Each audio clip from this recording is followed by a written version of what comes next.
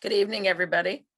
Thanks so much for tuning in to the Salon. And this is our weekly program where I interview innovative thinkers and creative firebrands. We're living through a critical time in American history with the COVID-19 pandemic and a vital social justice movement led by Black Lives Matter. Our guests are a variety of artists and leaders discussing new ideas, how they're coping with the coronavirus and making positive social change, as well as showing us glimmers of hope for the future. And my guests this week are Stephanie Stebich, the Margaret and Terry Stent director from the Smithsonian American Art Museum, one of my very favorite museums here in Washington, D.C., and the Renwick Gallery, and Terry Burrell, Broadway and regional stage actor. You will remember her, arena fans, from Oklahoma and the Women of Brewster Place. We're going to start with Stephanie. Stephanie Stebich is responsible for the nation's premier collection of American art and major exhibition, research, publication, education, and digital media programs at the museum and its Renwick Gallery. She was named director of the Smithsonian American Art Museum in January of 2017. She serves on the Smithsonian's Capital Board as well as the Smithsonian London Strategy Advisory Board. And in May of 2018, she was named the co-chair of the Smithsonian American Women's History Initiative. And before coming to Washington, D.C., she was in Tacoma, Washington with the Tacoma Art Museum, which was my old stomping grounds because I was born in Yakima, Washington. And she did a lot of groundbreaking exhibitions there and secured major collection gifts, led the museum through a major renovation that doubled its exhibition space and did a ton there. So Stephanie, I'm so happy to have you here on the program tonight. Thank you. I'm glad there's room for one token art museum director among the constellation of really impressive guests that you've had. So I'm lucky somehow my number came up. Thank you. Well, absolutely. You know, I go to your museum all the time. And I go to refresh myself as an artist, and I go to steal ideas, which I do all the time.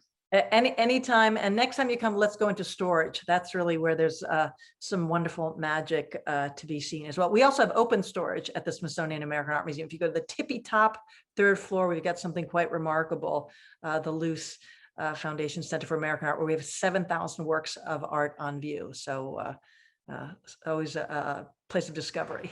Count on it. I'm coming. I'll be on your doorstep. All right. Stephanie, I'm really curious about where visual artists are right now. How have you found them creating during the combination of the pandemic and the racial justice movements that we've been going through over the last year and month? Thank you for asking. First of all, I want to tell you that I'm a huge admirer of you personally, and what the arena stage does in our community is priceless. And I'm so eager to be sitting in one of your seats again soon. You know, we have the Maslow's hierarchy of needs. I think there's a cultural hierarchy of needs. And after art museums, theaters are very high for me. So no, that's important everywhere I've lived. And, you know, we can talk about how we've hopscotched the country as well. So visual artists are also trying to make sense of this pandemic moment. For many artists, this has been a gift of time in some ways, more time in the studios versus having to appear to give lectures at museums or go to openings or spend time with collectors and galleries. So there's been a bit of a gift in all of this. And there's an artist quote that I came across just the other day by Chloe Bass, and she says that our life is made of small moments. And so I think art, the visual arts and even arts plural, I hope they slow us down. They're intended to capture our attention. They invite us into reflection. Hopefully we find a little bit of ourselves in just about any character and any work of art we see, that there's something about our own personal experience, hopefully that is provoked in a good way. So I think this moment will bring us in a very good place to understanding ourselves and what I call the double pandemics, one that is novel, the coronavirus, and one that is as old as our country. And I often talk about how artists change the way we see the world. So I'm doubling down on where contemporary artists will take us to understand our world and these double pandemics. Great, Stephanie, and completely agree with you on everything. I mean, I think that what artists are able to do, whether they're visual artists or theater artists or performing artists or musicians, is take in the information of the world and codify it, or make it stronger, make it more, not just kind of focused, but take it into a place where it has the deepest resonance. And I feel like that's a moment we're in. Yeah, I think people are hungry for that. There was a very interesting study done, a kind of audience survey during the pandemic, asking art museum goers what they need during the pandemic. What do they need from museums? Again, the art museum sector is my world in this virtual moment. We obviously closed our physical doors, and then we threw open wide our digital windows. So we heard from the survey that people are eager for connection. People are eager for community. People are eager for content. And then just to keep up the C's, they're also hungry for a little comedy. If we can't laugh, then we're really in trouble. And I think, again, these are things that cultural institutions deliver in spades. And I think there's going to be a real desire for all of those things to be back together again. Well, it's interesting. I've been talking about where we'll be in our next season, and I think it's very much the same way as what happened after the Spanish flu. We moved into the roaring 20s. So it's a combination of soul and champagne, which is exactly the combination that you're talking about, which is all of the C's, which also includes comedy, because I think audiences love to laugh. It's delicious. We need it now. We want it now. Yes, and the magic for me in the theater, people have remarked on it much more eloquently, but for me, I like being in a dark space with others. I feel safe, and I want to be transported. I want to be taken away from that which weighs heavily on me. I want to imagine something else. And then what I love about the theater is there's always often a moment of magic. I don't know if I ever mentioned to you, but I saw the great play, is it August, Osage County? Yes. I saw it in New York with great enthusiasm. I was sort of sitting in the front row, and a spectacular cast as often you get in New York and other great theater capitals. And in the middle of the play, a mouse runs right by. And people look at each other. Did you see the mouse? Is the mouse part of it? Could the mouse be trained? I mean, we're all having this, and there's this little Twitter, and everybody was cool as a cucumber on stage. And I thought, wow, that was fabulous. And of course, it made it unexpected. And every night at the theater is something unexpected. That's what I love about the theater. And those who are lucky to see a play again and again, boy, they really get an extra treat. Stephanie, every night at the play, it's usually a different play, because the audience comes in with different things from their lives. So do the actors. And so the play gets created between the audience and the actors.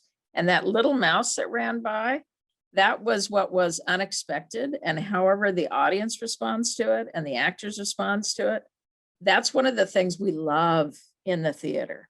Like I'll say to people, if a paper drops, deal with it. Yeah. If a light breaks above you, deal with it. It's all part of the real moment. And audiences adore that, because it is completely unexpected.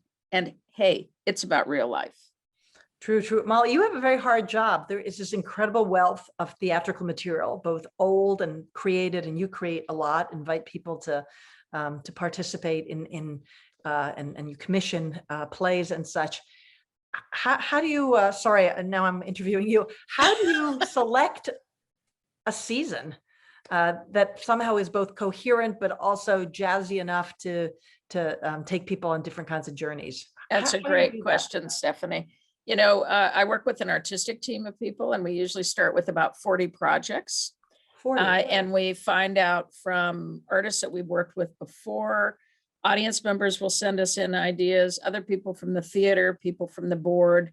There could be projects that we're hearing about from agents, from writers themselves, and we just start reading and talking. And as the as the year goes on, because usually it takes a 2-year period of time before you see anything on the season, it just gets coalesced and it kind of moves into being almost this, it's distilled in terms of the ideas, because I think we have 4 different audiences at Arena to choose for. One would be a classic Arena stage audience that would love something like an August Wilson or August Osage County. Another one is an audiences for new plays. That used to be our smallest audience. Now it's one of the biggest of our audiences. Interesting how that's changed for you. Yes. It's changed. Our African-American audience, which is large and robust, and our largest audience, which is event-driven. So that would be for big American musicals. That would be celebrity casting. So we're always looking at those 4 audiences in terms of this range of American work. So it's interesting because we're both working within American work.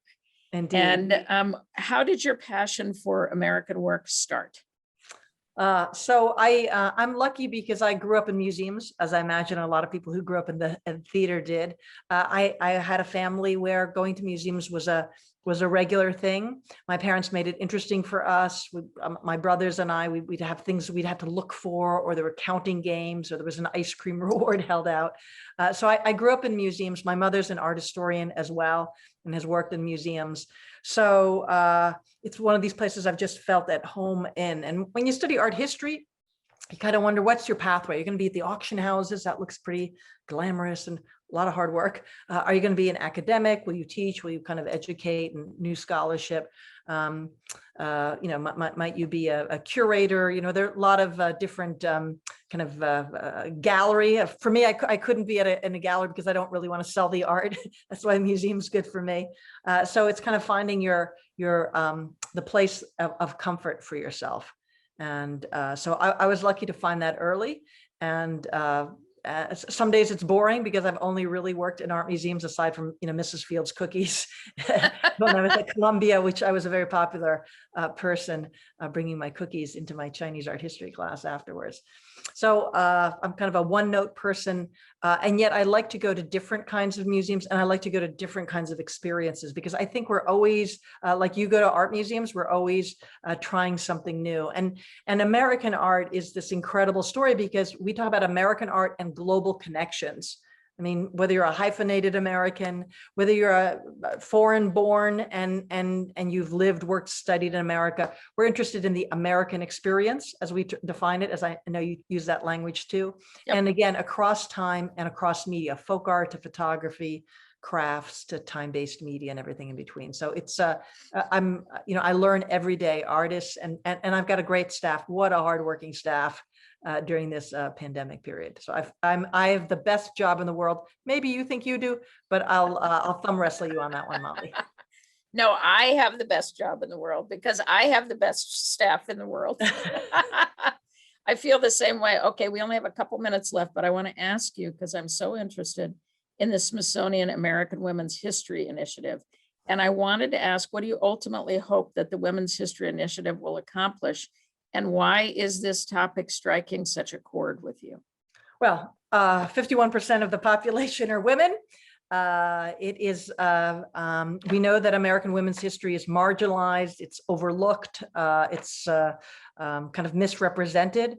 And so it's time to right that wrong. There are whole chapters of American history that are missing. Where are the stories, as Cokie Roberts wrote, about the important early figures in American history? We all know our Washingtons and Hamiltons, but where's Betsy Ross? Where's Sojourner Truth? Who are the other early figures that have changed our world? So the Congress has thankfully authorized us to begin work, maybe 10 years, maybe a little longer, but stay tuned. This is a story that is critically important to tell, and it's a museum of the 21st century, and the Smithsonian does museums very well. So stay tuned. Stephanie, thank you so much for coming on. It's been a joy, and thank you for turning the tables on me too and asking a question. Yeah, well, everybody assumes we know how you do your magic, but I thought I'd ask you. It's so great to see you, and believe me, I'm going to be knocking on your door as soon as the museums open up. I will be there. Come on, Dan. We're open late until 7 o'clock, so you can come in before you go to the theater. All right. You take care. Thanks, Stephanie. Bye-bye. Thank you. And next we have Terry Burrell, and she is a stage actor of West Indian American descent. She's got impressive Broadway creds, including Three Penny Opera, Thoroughly Modern Millie, Michael Bennett's Dreamgirls, UB, and the first London production of Showboat as Julie. And in the resident theater, she was nominated for the Helen Hayes Best Actress in a Musical Award for her portrayal of Queenie in Duke Ellington's Queenie Pie. But arena audiences will remember her from The Women of Brewster Place, which is when I first knew the wildness and craziness. And God knows what's going to happen next, Terry, and Oklahoma. But many of you have seen her work in many, many theaters around this area in the country. Hi, Terry. Well, hi there, Molly. Wildness and crazy. Yes, because let me tell you about Molly Smith. What Molly likes to do is have actors improvise in rehearsal. So in The Women of Brewster Place, we had a scene where we were preparing for Midsummer Night's Dream, and I was the donkey. I was the randy, horny donkey. And there's nothing but women in here, so I decided to do what randy, horny donkeys would do. And it was, I didn't really think about it, but there was a lot of laughter in the room. And it was so funny. We kept the majority of it in the production. So anybody who saw Women of Brewster Place, there she goes, will remember Terry, because it was a show-stopping moment, I have to say. Feed me a grape. That's exactly right. I'm with my women. That's exactly right.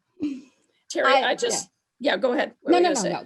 I was going to say how I've been to Washington, D.C. a couple of times to do a show with you, and how pedestrian friendly the city is. When I was listening to Stephanie talk about the museums, how you can just simply walk to all of these museums, or walk the length of the mall, they call it, between the Capitol, I think, and the Lincoln statue, but Memorial. Yep. But all the memorials that are there, Franklin Delano Roosevelt and Martin Luther King, and each one is different. Each one is actually kind of restful. When I saw the Martin Luther King Memorial, what struck me was the diversity of people that came to visit the memorial. I mean, you didn't just have Black and white or Asian. You had gay mothers with children, or gay fathers with children. That the memory of this man, the energy of this man, brought all people together. It was very impressive. Yeah, I think you're so right, Terry.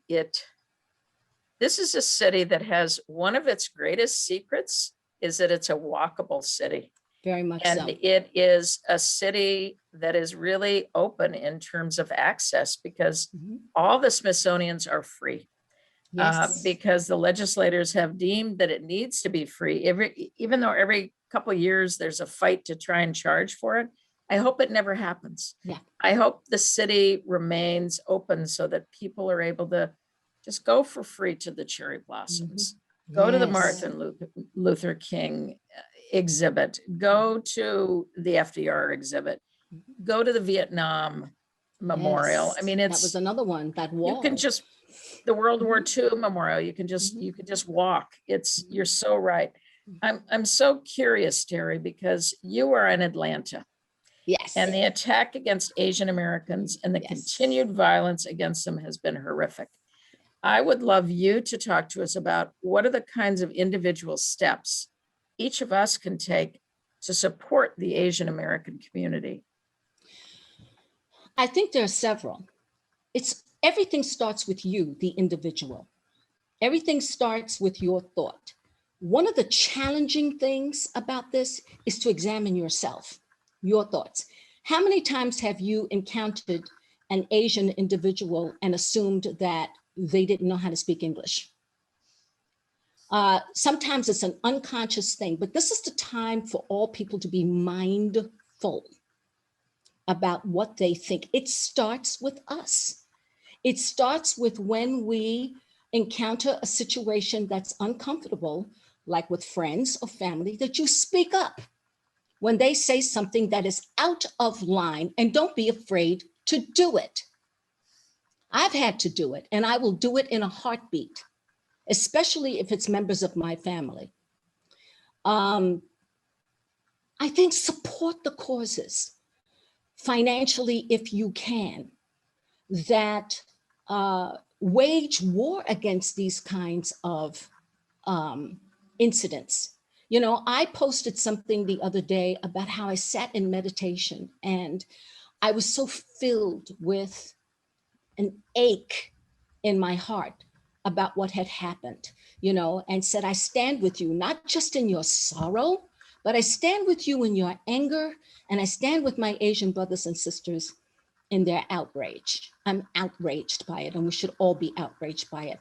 And somebody that I worked with, who was, I hate to say, a Trump supporter, because that doesn't mean that all people who supported that administration think like him, but he accused me of being a racist because he said that so what about the 2 white women who were killed? That's how sad and racist.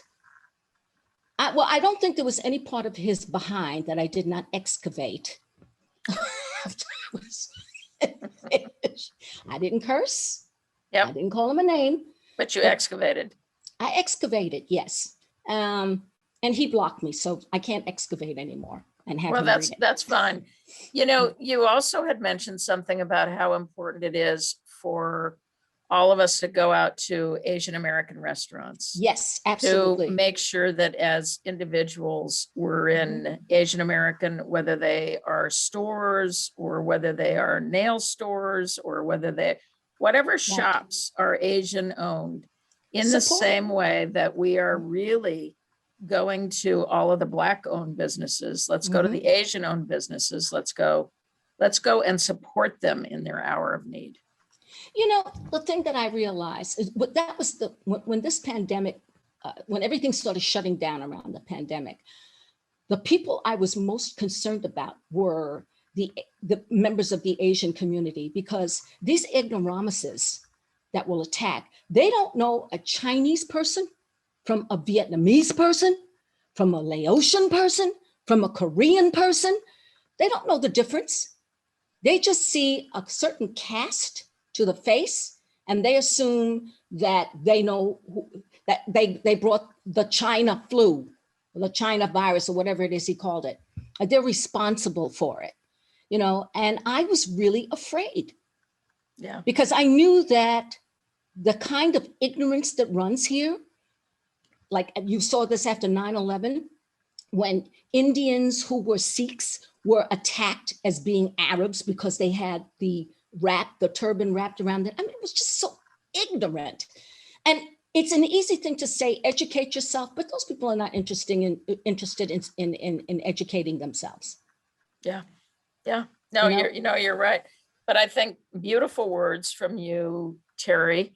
And thank you for the way that you stand and deliver. It's what we all need to do. I'm going to pivot to some of your creative work because I'm really interested in your one-woman show that you did called Ethel. Oh boy, yeah. And you performed as a lead, an ensemble member, the only performer. How's that process different for each kind of role? And how did it feed and inform each other? Because that's a big job. It really was, but you know, I didn't think of it as being a big job. I think that had I known what I was going to have to do and what that was going to feel like before I ever did it, I probably would not have done it. But you know, here's the thing about one way to define an artist, I think, and I was listening to your conversation with Stephanie, is that artists generally are people who live their passion. A lot of people don't find their passion, but we live our passion, you know, and once you have a passion for something, nothing feels like a job. I actually came up with a character description because there are about 9 people that you meet in the course of this piece. And I just become those people, male and female. And uh, I will tell you that it was the most deeply satisfying thing I have ever done in my life, and the most exhausting thing that I have ever done in my life.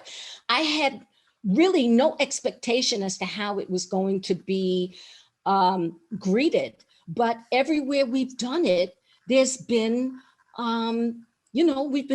we sold out. We sold out. I mean, when we did it at not Arena Stage, when we did it at the Alliance Theater, they were announcing the extension the first night that it opened. Wow. But each time, because I had Kenny Roberson, who you're very familiar with, was the director and has helped me tremendously with it, even in writing it. But each time we do it, we get a little bit more efficient. You shave things that you really don't serve in telling the story. Because the thing about doing a one-person show, especially if you write it, is that you don't want to fall into that trap of doing something to show the audience how talented you are when it has nothing to do with the story. Yeah. No, you're absolutely right. Yeah. Yeah. I love storytelling. For me, it's like a mural. And as the actor, you don't always see what the whole mural is about. That's what the director, that's where somebody like you comes in, because you see the whole picture. You can see the wolf in the background that's checking out the sheep, that doesn't, the shepherdess doesn't see, or, and then the audience comes in, and I feel like, we're the pilots, the actors are the pilots, and the audience are the passengers, and we agree to go on this flight, and it might get a little bumpy, but trust that I'm going to get you down safely. I might make you feel uncomfortable, but I'm going to get you there safely. And with Terry, you'll always have a really good time while you're there. Well, I'm having a good time. I'm always going to have a good time. Terry, Stephanie and I were talking about the visual arts, and I'm curious about, are there other art forms that are speaking to you these days? Are you listening to more music? Are you reading more books? Are you listening to more podcasts? What's happening in your world? I'm not reading a lot of books, but I am reading things like Save the Cat, which is a tutorial on screenwriting, if I ever get to do that. There's a book I'm reading called Buy Yourself the Effin' Lily, which is about, living a more authentic life. But I tell you what I've been doing. When the pandemic started and I couldn't go to the gym, I would walk, and I said, okay, let me listen to things that I normally don't listen to. So I started listening to rap. I started listening to Snoop Dogg and Lizzo, and I wanted to familiarize myself with what they were saying. And I found that very educational, and I really enjoyed it. I listened to interviews with historical figures, like Freud, not Freud, Carl Jung, who actually made me laugh, because he said, "Oh yes, I thought he was crazy." I mean, it's just the father of modern psychology, calling a patient crazy. But I tell you what, I've been really tuning into. I've been tuning into a lot of meditative, instructional tapes. I am more attuned to living a mindful existence. I listen to Abraham Hicks. I listen to Deepak Chopra and Oprah, the meditation that they do. Sometimes I go to Mind Valley. I have Headspace on my phone. And sometimes I'll join in a group meditation, and it's really cool to finish the meditation and see that you just meditated with like 179 people from all over the world. It sets my day. It sets my heart in the right place, because all you have to do is turn on the news and hear one more outrageous story, and you're ready to just go into hate mode, and it's not good for your body. It's not good for your mind. And we forget that people who commit the most egregious acts are human beings too. Who are they? What's their story? Their fathers and mothers, their brothers and sisters, their sons and daughters. We don't want to know about that, but they are. Right. Beautiful. So I'd like to be in a space where I don't just pray for the victims of violence, that I pray for the perpetrators of violence as well.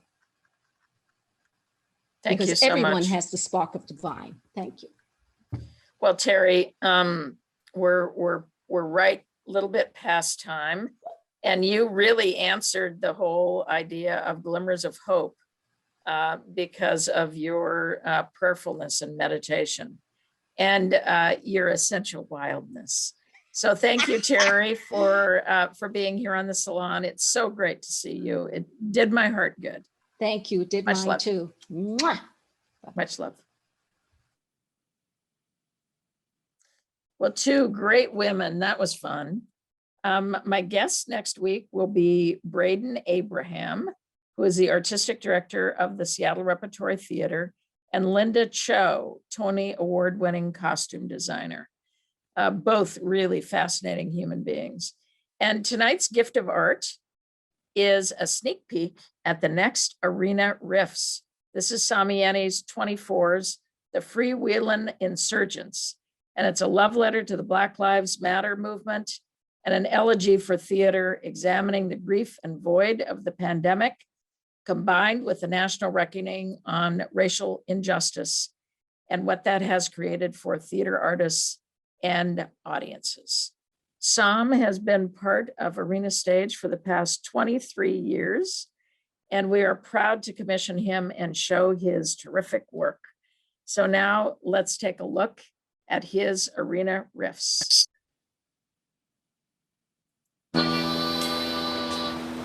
I'm a director.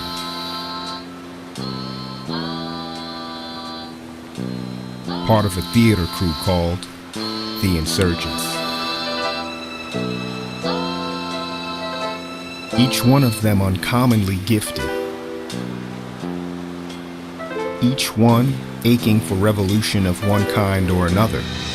It's like we're living in the dark ages. We got theaters with dark stages, immigrant babies in cages, folks unemployed with no wages. And if your skin is black, it's still a fact. You might get shot in the back, and that's a hard pill to swallow like a platinum aphrodisiac. But the fact is, the blackest of our countrymen are used for target practice. And it's just a classic tactic to fool us like Vegas magic and make us think that we're tragic. But our blessings are gigantic and they simply cannot stand it. For real, yo. We are made in God's image, so they try to pillage the treasures that reside inside our souls, bodies, and minds. But our values intertwine with the fate of humankind. So reel off and rewind and be creative